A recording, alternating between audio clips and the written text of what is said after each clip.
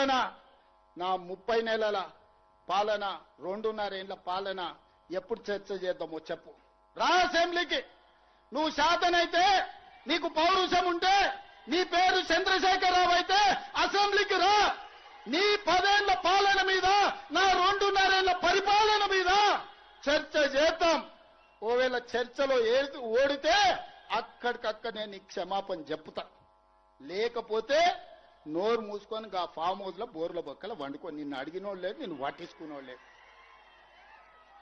తాడు బొంగరం లేని వాళ్ళని ఇద్దరిని బిల్లా రంగళ్ళు ఊరి మీద కొదిలేడు. వాని మీద వీడి మీద వాడి ఇద్దరికి నమ్మకం లేదు. ఈయన పొద్దుగాల ప్రెస్ పెడితే ఆయన సాయంత్రం ట్విట్టర్లో పెడతాడు. ఈయన సాయంత్రం అది పెడితే ఇంకొక ఆయన గుడికాను బడికాను ఫోటో దిగుతాడు. మీకే పొంతం లేదు. మీరు మా గురించి మాట్లాడేది. ఇవాళ ఆయన ఉత్తమాలకు లెటర్ రాసిండు. ఆ లెటర్ చదివితే నాకు నవ్వాలనో ఏడవాలనో కావాలి.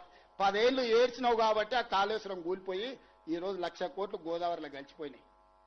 మళ్ళా మాకు చదువు చెప్పనికి పోతుండు, సన్నాయి శుద్ధులు చెప్తుండు. నీ అంత సన్నాయితో చదువు చెప్పుకునే దాంతో మాకు దాపరించిందని నేను అడుగుతున్నా.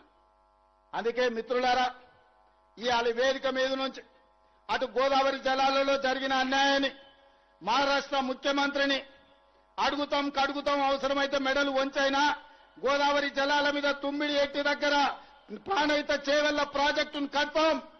నిజామాబాద్, కరీంనగర్ లో మీరు ఎంపీలుగా ఉంటాం అనుకుంటూరేమో. గోదావరి జలాల మీద మహారాష్ట్ర ముఖ్యమంత్రి దాగుడు మూతలు ఆడుతుండు. చర్చలకు రమ్మంటే రాకుండా పారిపోతున్నాడు. ఎన్ని రోజులు పారిపోతారు?